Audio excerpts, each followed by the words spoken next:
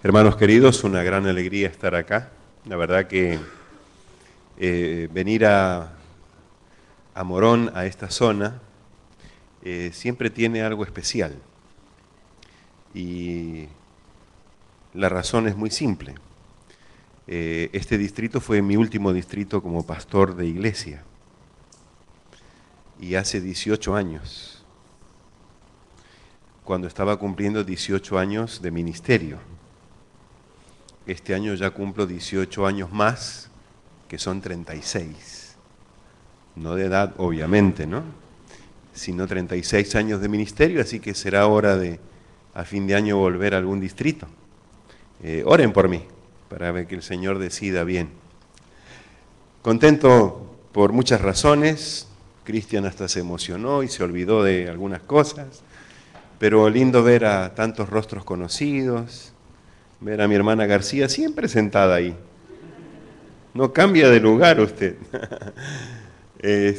Así que muy feliz de compartir con ustedes este momento. Y hermanos, el tiempo sigue pasando y todavía estamos acá en la tierra, ¿no? Es extraño. Pero el Señor es misericordioso, ¿verdad? Y creo que Él tiene sus buenas razones.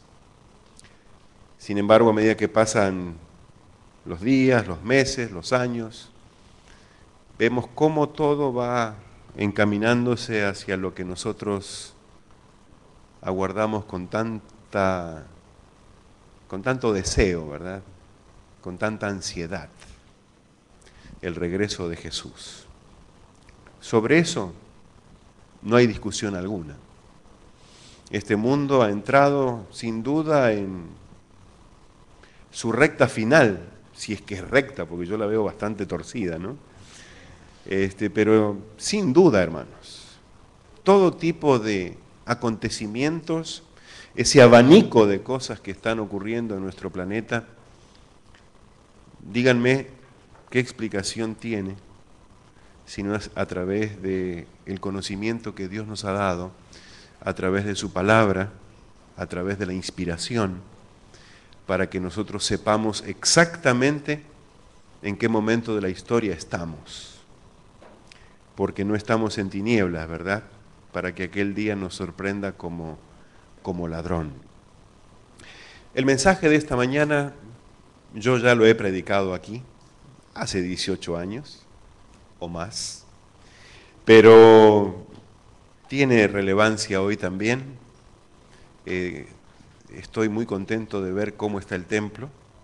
Tal vez ustedes no se han dado cuenta porque han sido los primeros en verlo, la alfombra nueva, las ventanas nuevas, el color nuevo, todos ustedes nuevos. La verdad es que está muy bonito, felicitaciones para todos porque la casa del Señor siempre es lo más lindo que podemos ofrecerle a Él. Quiero invitarles a abrir sus Biblias en Filipenses el capítulo 2. La carta del apóstol Pablo a los filipenses es una carta entrañable, y cuando digo entrañable es porque le nace de adentro, porque él sentía una tremenda inquietud, amor por esa iglesia, una iglesia que él había fundado, y una iglesia a la cual tenía que recordarle las cosas importantes. Ustedes saben que en aquellos días no era tan fácil conectarse con las iglesias, excepto por carta, y las cartas no se hacían a través de colocar un clic sobre enviar y el otro ya está recibiendo casi al instante en cualquier otro lugar del planeta, ¿no? Las cartas demoraban algún tiempo. Pero las cartas siempre eran valoradas y apreciadas por la iglesia. La prueba de ello es que forman parte hoy de nuestro canon bíblico. El aprecio que las iglesias tuvieron por las cartas de los apóstoles está demostrado por el hecho de que hoy forman parte de la Sagrada Escritura. Y allí en el capítulo 2 hay muchos pensamientos muy lindos. Los primeros tienen que ver con el deseo que Pablo tenía y el Señor tiene de que en la iglesia exista una una actitud, una vida similar a la de Jesús,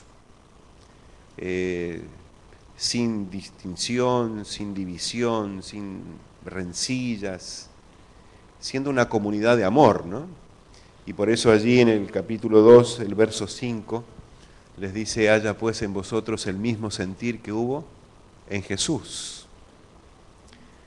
Y a partir del verso 12, el apóstol San Pablo va a poner el punto sobre la I.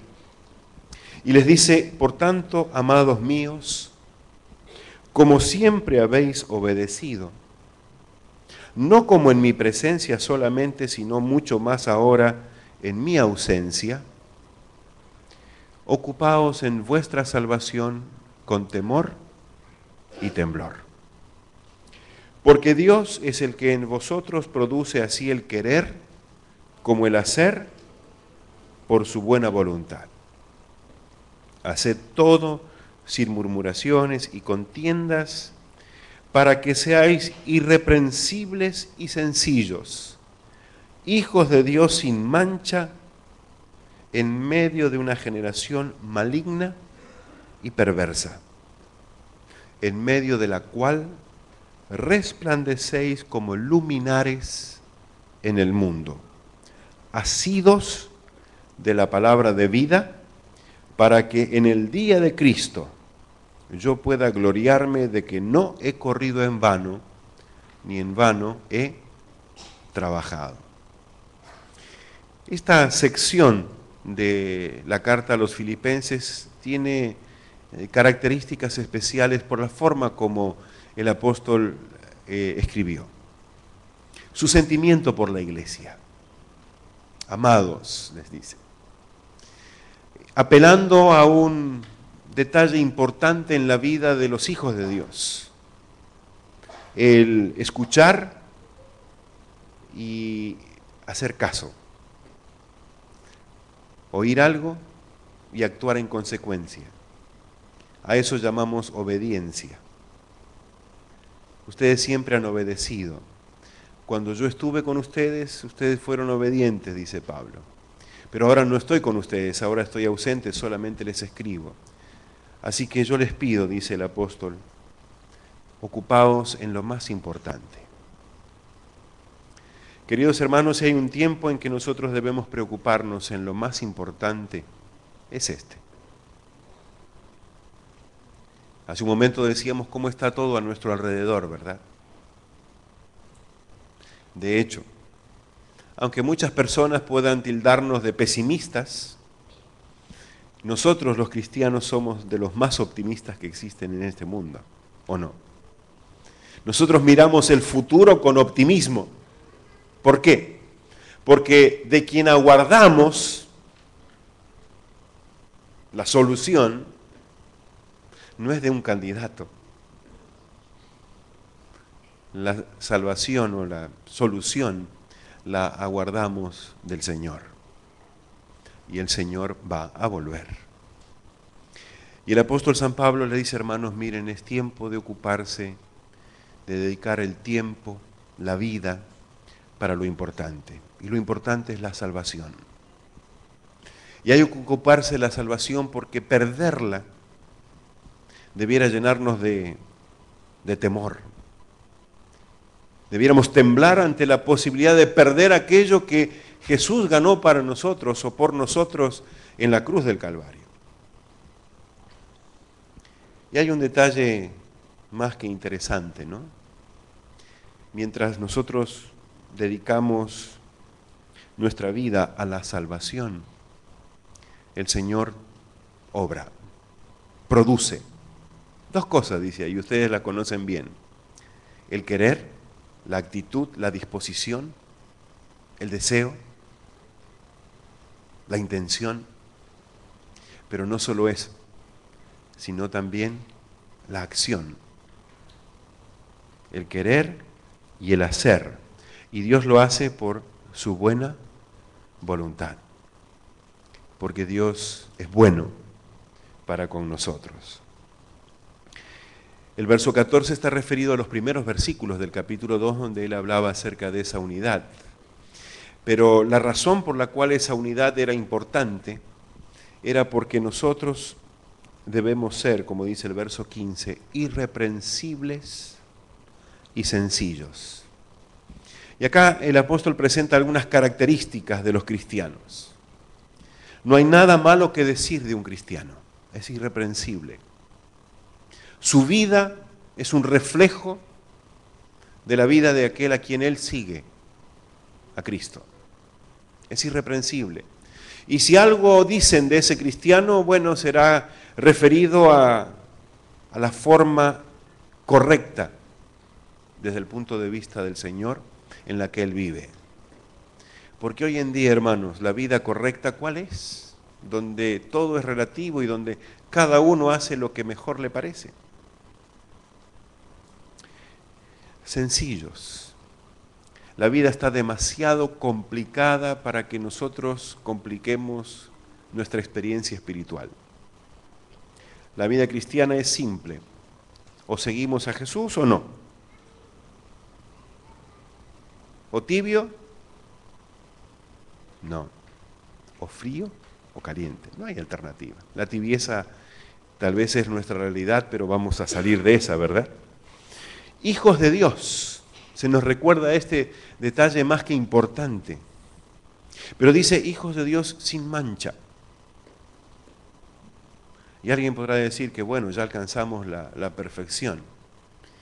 Y hermanos, si es que estamos sin mancha, es simplemente porque le hemos pedido al Señor en el momento exacto o en el momento oportuno que la sangre de Cristo nos limpie de todos nuestros pecados. Y aun cuando somos imperfectos y pecadores, con mucho para crecer, con mucho para ser transformados ante los ojos del Señor, somos sin mancha. Porque la sangre de Cristo nos limpia siempre. Hijos de Dios sin mancha, y noten por favor ahora ese marco. En medio de una generación, de una sociedad maligna y perversa. Creo que sobran palabras, ¿verdad? Si uno quiere expresar la sociedad en la cual nosotros estamos viviendo. Pero hermanos, a medida que el tiempo siga transcurriendo, la tendencia será esta. La sociedad será cada vez más maligna y más perversa. Esto es como que la sociedad se va oscureciendo cada vez más. En el tiempo donde las luces dominan todo, porque luces hay por todos lados. Hasta en la pantalla del teléfono, es todo luces, colores y de todo. Ustedes saben cómo está el mundo hoy, ¿no? Todo está lindo en ese sentido, pero la generación es maligna y perversa. Y en medio de esta situación, Dios tiene a sus hijos. Y estos hijos, a diferencia del resto, son luminares. El cuadro que uno puede ver en el futuro, y Dios quiera inmediato, obviamente una sociedad que se va deteriorando a pasos agigantados. No voy a calificar las últimas décadas, pero hermanos, vamos hacia el desenlace. Este mundo se va a tornar intolerable para Dios. Dios no va a decir basta. Y por causa de su pueblo, por causa de su iglesia, porque no es justo para los hijos de Dios continuar viviendo en este mundo así como está. Y porque a pesar de todo lo que se pueda hacer, pareciera ser que ya no habrá quienes habrán de arrepentirse, así que en algún momento el Señor dirá, hasta aquí llegamos.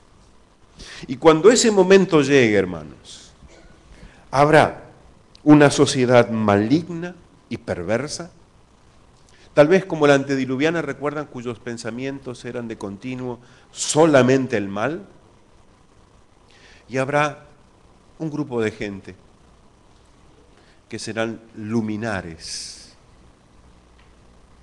Y luminares en todo sentido, no porque van a estar con luces encima, no, nada que ver con eso, sino que sus vidas reflejarán a quien siguen, a su maestro. La razón para esto, dice el apóstol, es que ellos están tomados, asidos con fuerza de la palabra de vida. En estos días pasados estuvimos hablando con algunos colegas de cómo todo es tan relativo, ¿no? Y una de las cosas que charlábamos era acerca de algunas cosas del mundo que se nos van metiendo de a poquito, ¿no? En nuestras vidas personales y en la iglesia. Pero hay una sola pregunta importante. La pregunta importante es, ¿sigue siendo todavía la Biblia la fuente de la cual nosotros bebemos cada día para aprender la voluntad de Dios? O también la Biblia ya entró en el plano de lo relativo. Y esto puede ser como no. Es decir, ¿cómo estamos tomando nosotros hoy la palabra de Dios? De paso, es lo único que hace la diferencia. Elena de White tiene un capítulo en el conflicto de los siglos que dice: nuestra única salvaguardia es estar aferrados, asidos de la palabra de vida. Y el apóstol expresa aquí un deseo muy humano, que creo que es un deseo sentido por todos nosotros. Dice: yo quisiera que en el día de Cristo, el día que Jesús venga, encontrarme con ustedes. Dice ahí, esa es su expresión, ¿no? Yo pueda gloriarme de que no he corrido en vano ni en vano he trabajado. ¿En quién habrá estado pensando Pablo al escribir eso? ¿Quieren acompañarme rápidamente al libro de Hechos, capítulo 15? Y ver tal vez en quién estaba pensando, porque hay personajes interesantes en la iglesia de Filipos. Capítulo 15 termina con una situación humana. Ustedes recordarán que Pablo y Bernabé realizaron un primer viaje misionero, fundando iglesias. Pero cuando estuvieron listos para iniciar el segundo viaje, hubo un malentendido, vamos a suavizarlo, una situación por el temperamento de Pablo, ¿no? Pablo era de armas tomar en el buen sentido, ¿no? Para él lo blanco es blanco, lo negro es negro, y estás con Cristo o no estás, no hay un término medio. Y Juan Marcos, ese jovencito, sobrino de Bernabé, había demostrado cierta fragilidad porque era todavía un niño, extrañando mucho a la casa, y entonces dijo: mira, con Juan Marcos no. Y fue interesante la desavenencia entre Bernabé, que era padre de consolación, y Pablo. Así que Bernabé salió con Juan Marcos y Pablo salió con Silas a predicar. Así que dos parejas misioneras salieron en vez de una sola. Pero miren qué interesante cómo se inicia el capítulo 16. Y aquí nosotros aprendemos algunas cosas acerca de cómo ocurren o cómo ocurrirán algunas de las situaciones que viviremos próximamente. Si hay algo de lo cual tenemos que estar convencidos es que Dios dirige nuestras vidas. Nosotros podemos hacer planes, y de hecho Pablo y Silas hicieron planes. El verso 6 dice: atravesando Frigia y la provincia de Galacia, les fue prohibido por el Espíritu Santo hablar la palabra en Asia. Llama la atención, ¿verdad? El mensaje del Evangelio tenía que ser predicado a todo el mundo, pero resulta ser que ahora el Espíritu Santo interviene. Exactamente cómo no lo sabemos, pero dice ahí: les fue prohibido por el Espíritu Santo predicar en Asia. Versículo 7. Cuando llegaron a Misia, intentaron ir a Bitinia, pero el Espíritu no se lo permitió.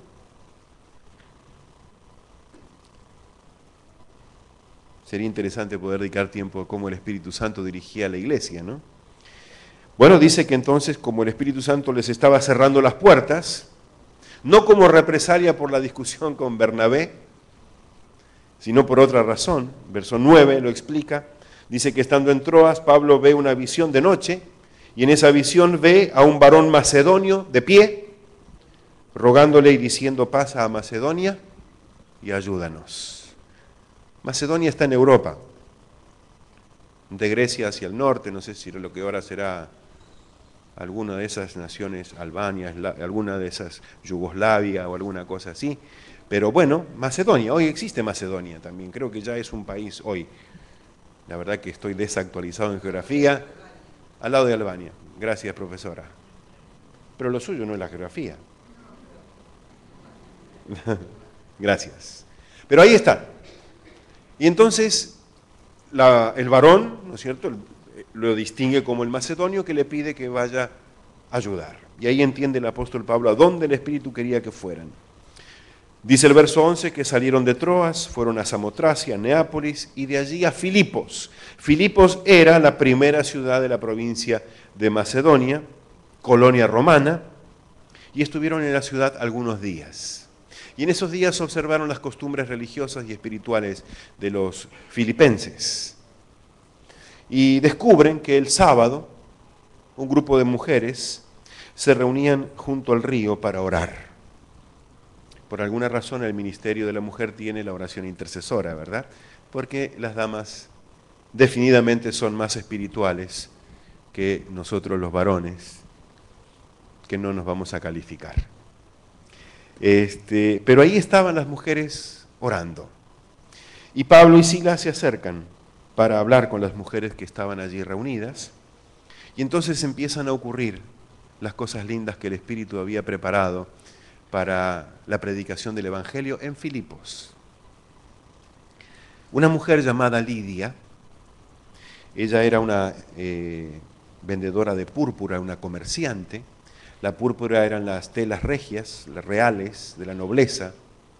Esta mujer evidentemente tenía un buen pasar. Y esta mujer era de Tiatira. ¿Y saben dónde queda Tiatira? En Asia. El lugar a donde el Espíritu Santo le dijo: no vayan a predicar. Pero Lidia era de Tiatira, una de las 7 iglesias de Apocalipsis que están en Asia, ¿verdad? Pero de ahí era Tiatira, y entonces noten por favor las características de Lidia. Esta mujer dice, adoraba a Dios. Era adoradora de Dios.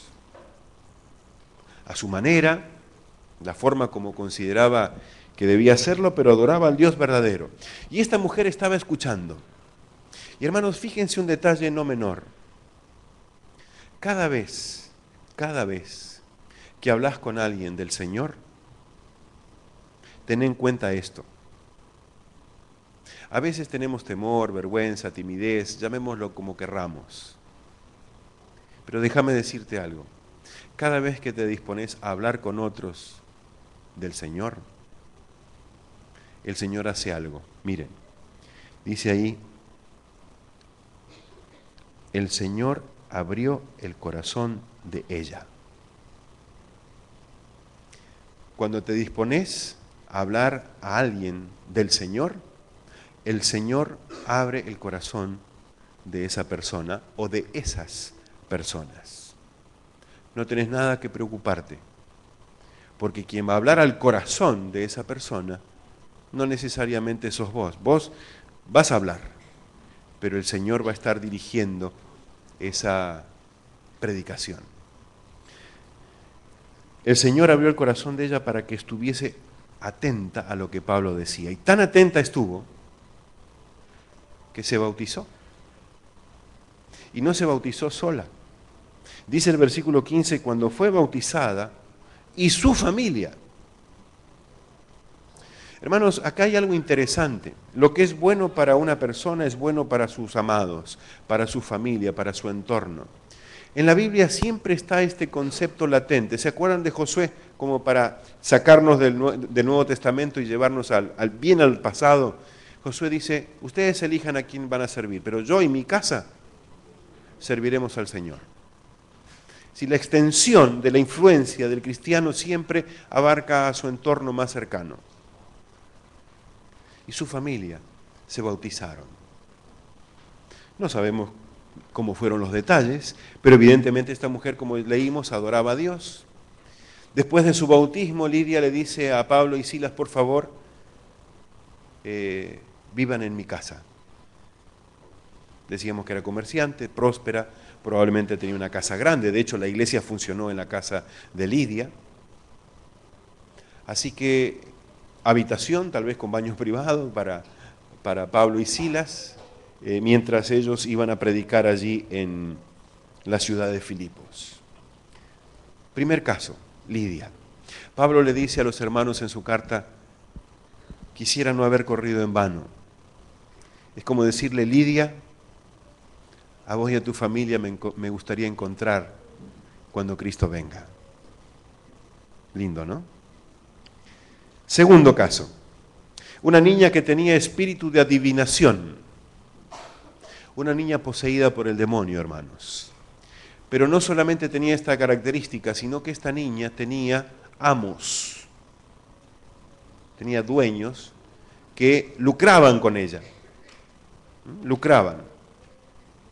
Diríamos que era la tarotista de la ciudad, o ponerle otro nombre, ¿no? La cosa es que todo el mundo iba a consultar con ella, porque con ella tenían conocimiento de las cosas que obviamente los seres humanos no conocemos. Hay mucho de mentira en esto, pero hay mucho de verdad. Cuando el diablo opera en serio, y en el caso de esta niña, el diablo estaba operando en directo. Por eso daba grandes ganancias a sus amos. Pero esta niña seguía a Pablo y Silas y decía algo interesante. Decía el verso 17, estos hombres son siervos del Dios Altísimo, quienes os anuncian el camino de salvación. ¿Estaba diciendo lo correcto? Sí. Cosa extraña, el diablo haciéndole promoción a la evangelización. ¿Cabe? Y bueno, el diablo es astuto, hermanos. Porque si esta niña hacía promoción para Pablo y Silas, la gente podría decir, bueno, es lo mismo. Lo que ella hace, lo que hacen Pablo y Silas, es lo mismo. Es la misma gente. Y no eran la misma gente. Era la noche y el día. Así que ya un día Pablo no aguantó más. Pablo era de pocas pulgas y un día no aguantó más. Y cuando no aguantó más, dice el versículo 18, se volvió y dijo al espíritu, te mando en el nombre de Jesucristo que salgas de ella. Y salió en aquella misma hora. La niña fue liberada del demonio que la poseía. ¿Todo bien, verdad? Sí, claro, para la niña, perfecto. Otra de las que Pablo estaría pensando encontrar en el cielo, ¿no? Pero se armó un lío, porque los amos de aquella señorita, de aquella niña, vieron que se les terminó el negocio y armaron tremendo escándalo contra Pablo y contra Silas. El escándalo terminó en golpes, azotes y prisión para Pablo y Silas. Extraño, hermanos. El Señor los condujo a Filipos para predicar el Evangelio. Predican. Personas se convierten, personas son liberadas. Pero sepamos una cosa, hermanos. Ese diablo que quería mezclar las cosas ahora ataca directamente a Pablo y Silas a través de aquellas personas. Habrá dificultades, habrá problemas. Nadie dijo que la vida cristiana es una vida donde todo va bien. Embarcarse en la terminación de la obra de Dios en este mundo es todo un desafío. Dios estará con nosotros, el Espíritu Santo irá guiando todas las cosas como estamos leyendo. Pero puede ser que llegue un momento como este. Un momento, como por ejemplo dice el versículo 22, se agolpó el pueblo contra ellos y los magistrados, rasgándoles las ropas, ordenaron azotarlos con varas, después de haberles azotado mucho. Los molieron a golpes. Los echaron en la cárcel mandando al carcelero que los guardase con seguridad, el cual, el carcelero, recibido este mandato, los metió en el calabozo de más adentro y los aseguró los pies en el cepo. El calabozo de más adentro, ¿verdad? El de máxima seguridad. Y encima, cepo, este de madera, no como otros que andan por ahí. Verso 25. Medianoche. Medianoche. Pensemos un poquito cómo estaban Pablo y Silas. Sangrando, la ropa rota, con el cepo, presos. Podrían estar diciendo, ¿no es cierto?, Señor, ¿para qué nos trajiste aquí a Filipos? A medianoche, orando Pablo y Silas, cantaban himnos a Dios. Hermanos, ¿cómo se enfrentan los momentos difíciles en la vida cristiana? ¿Renegando contra Dios, despotricando contra el pastor, los ancianos, la iglesia, etcétera, etcétera? No, simple. Ora y canta. Por algo el título de un corito dice, canta y tus penas se irán. Pruébenlo, funciona. Y acá hay un detalle importantísimo. Miren, hermanos, escuchen con atención lo que dice el texto. Y los presos los oían. Así que no estaban solitos en la prisión de Filipos, sino que había otros presos. La historia es conocida, simplemente que quiero destacar este detalle que no es menor. Los presos escuchaban. ¿A quién? A Pablo y Silas orar y cantar a su Dios. ¿Qué pensaban ellos? Ya lo vamos a ver enseguida. Verso 26, la historia conocida, vino un gran terremoto, sacudió los cimientos de la cárcel, se abrieron todas las puertas, las cadenas de todos se soltaron. Y hermanos, con una mano en el corazón, ¿qué hacen los presos cuando están en la prisión? Añoran salir, hacen pozos, túneles, tratan de buscar la mejor forma para escaparse lo antes posible. ¿O no? Fugas. Hermanos, todo se abrió, las puertas, los cepos, todas las celdas se abrieron. A rajar, ¿o no? A salir. Gracias Dios, podría haber dicho los presos, y salieron corriendo. Bueno, se despierta el carcelero, ve las puertas abiertas, saca la espada para matarse, pensando que los presos se habían escapado. Lo lógico, hermanos. Pero lo lógico, humanamente, cambia cuando Dios interviene. Pablo clamó a gran voz diciendo, no te hagas ningún mal, porque todos estamos aquí. Algo pasa, hermanos, cuando el Señor interviene, ¿o no? No se escapó un solo preso.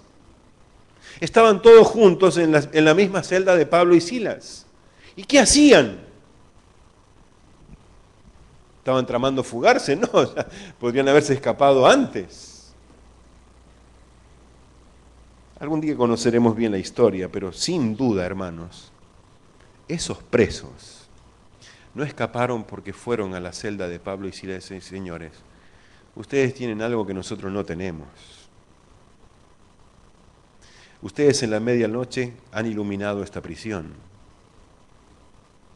Ustedes a la medianoche han resplandecido, nos han mostrado que existe una vida distinta a la que nosotros hemos llevado y tenemos. Ninguno se escapó. Imagino, hermanos, que Pablo decía, queridos presos, tal vez alguno siguió preso, no sabemos, pero me gustaría verlos en el día de Cristo. ¿Qué del carcelero? Bueno, el carcelero pidió luz, se precipitó adentro y temblando, como buen pagano, se postró a los pies de Pablo y Silas y sacándolos les dijo: señores, ¿qué debo hacer para ser salvo? Miren, hermanos, yo creo que él habrá escuchado predicar, habrá escuchado hablar, algo habrá escuchado acerca de una salvación. Pero lo que él vio y lo que él escuchó cuando trasladó de estos hombres, cuando los recibe hasta la prisión de máxima seguridad, tiene que haber golpeado su vida. Porque esta reacción tiene que haber obedecido a aquella acción de los apóstoles. ¿Qué debo hacer para ser salvo? Y la respuesta tan conocida, ¿verdad? Cree en el Señor Jesucristo y serás salvo tú y tu casa. Yo y mi casa, decía Josué, Lidia y su familia. Hermanos, fíjense qué interesante. Pablo, como técnica, ya lo tenía incorporado porque no era una técnica de evangelización. Era porque Pablo entendía de que las personas más amadas por la persona a la quien se está hablando también van a ser salvas. Cree en el Señor Jesucristo y serás salvo tú y tu casa. Y dice el texto que después hablaron con ellos. Y en la misma hora de la noche, el preso lavó sus heridas y él y su familia se bautizaron. Lidia, la niña ex endemoniada, los presos, el carcelero y su familia. Miren cómo se empezó a constituir la iglesia de Filipos. Esa iglesia a la cual Pablo amaba y le escribe en su carta: hermanos, ustedes siempre han obedecido. Ocúpense de la salvación con temor y temblor. Porque la salvación es gratuita. Cree en el Señor Jesucristo y serás salvo tú y tu casa. Pero no la pierdas. Mantente ocupado en ella. Y mientras te mantienes ocupado en lo más importante, en lo prioritario de tu vida, el Señor va a obrar en tu vida el querer como el hacer por su buena voluntad. Y serás una persona irreprensible, sencilla, nada complicada, nada del otro, nada. Es decir, hermano, a veces yo entiendo, ¿no es cierto?, que hay situaciones en la vida que nos complican a nosotros. Pero las complicaciones nuestras las compartimos con Jesús cuando Él dice: venid a mí los que estáis trabajados y cargados y yo os haré descansar. La vida del cristiano es simple porque en definitiva su futuro no está aquí, su futuro está más adelante. Así que irreprensibles, sencillos, hijos de Dios, en medio de una generación maligna y perversa, resplandeciendo. Como en aquella medianoche, Pablo y Silas, en vez de estar despotricando y renegando de su mala suerte, de haber caído presos, de haber estado lamentándose por las heridas, por los golpes, por el cepo,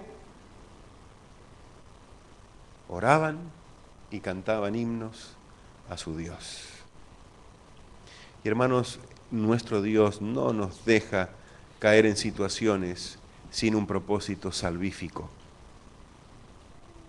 Porque hasta en la cárcel se convirtieron los presos, el carcelero y su familia.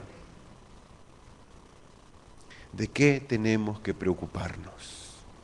Podemos ser hijos de Dios, irreprensibles, sencillos, resplandecientes como luminares en este mundo, en medio de una sociedad maligna y perversa que marcha indefectiblemente hacia su fin. Y en el momento más oscuro de la historia de este mundo, Dios tendrá un pueblo. Dios tendrá un pueblo que conoce a su Dios. Y un pueblo que por la vida que tiene, resplandece como una luminaria. Hermanos, el Señor está preparando ese pueblo, esa gente, esas personas, porque lo más precioso que el Señor tiene en este mundo son personas. La razón por la cual Cristo vino a este mundo es para salvar personas. Lo que hizo Él en la cruz del Calvario fue pensando en personas. Todo lo que existe en este mundo puede ser muy lindo, muy interesante, mucha ciencia, mucha tecnología. El Señor no necesita nada de eso. Lo más valioso que existe en este planeta para Dios son personas. Somos nosotros los que caminan por las calles de Morón, los que caminan por las calles de nuestro país y del mundo entero. Personas. El objeto supremo de la consideración y el amor de Dios por este planeta. Y lo que el Señor vendrá a buscar son personas. Pero personas que como luminares resplandecen en medio de una generación maligna y perversa. La vida de un cristiano, hermanos, no es una vida simple en cuanto a que él no es que va a ser un esquizofrénico, sino que él vive en un mundo corrompido, perverso, pero él no es del mundo, aunque vive en el mundo. Ustedes recordarán la oración de Jesús, ¿no? No te ruego que los quites del mundo, que estén en el mundo, pero que los guardes del mal. Que los guardes del mal, que ellos decidan permanentemente elegir lo correcto, resplandecer. Y hermanos, cuando Cristo venga en este mundo habrá un pueblo extraordinario. Saben, probablemente, y esto es extraño y paradójico, ¿no? Porque ha habido generaciones de santos en el pasado. Hebreos 11, esa galería de santos. Pero saben, cuando Cristo venga habrá un pueblo, una iglesia, un grupo de personas, miles, decenas de miles, cientos de miles, ojalá millones de personas, que a diferencia de una generación maligna y perversa como la que nos rodea, ellos han sido lavados, purificados, son sin mancha, porque la sangre de Cristo los ha limpiado y se mantienen limpios porque se ocupan de lo importante, de su salvación, con temor, con temblor, que no es miedo, pero sí es solemnidad, es respeto, porque es lo más importante. Y Dios va produciendo en sus vidas una transformación que los hará ciudadanos de esta tierra, pero con ciudadanía celestial también. Pablo les dice a los hermanos de Filipos: hermanos, yo quisiera encontrarme con ustedes en aquel día cuando Cristo venga. Y qué lindo será, hermanos, poder encontrarnos cuando Cristo venga. Faltan algunos aquí, en este lugar. Falta alguien aquí. Falta alguien que, bueno, se mudaron de iglesia, pero están cerquita, pero ya no están, pero estaban aquí. Aquel día nos encontraremos todos si Dios quiere. Bueno, en realidad, si ellos quisieron, que el Señor nos bendiga, para que nuestra ocupación real, y cuando digo real, me refiero a la única, la verdadera, y recordar que somos un pueblo no perfecto, bastante imperfecto. Lo bueno es que estamos agarrados de la palabra de Dios, agarrados de Cristo, y así podremos vivir hasta que Él vuelva. Que el Señor nos dé la fuerza para que en medio de las preocupaciones y dificultades que tengamos, en vez de amargarnos, vaya que hay motivos para amargarse, la respuesta es simple. Oren, canten y vean qué es lo que va a pasar. Que Dios nos bendiga para que nuestra vida pueda ser un reflejo de la vida de nuestro Señor. Amén.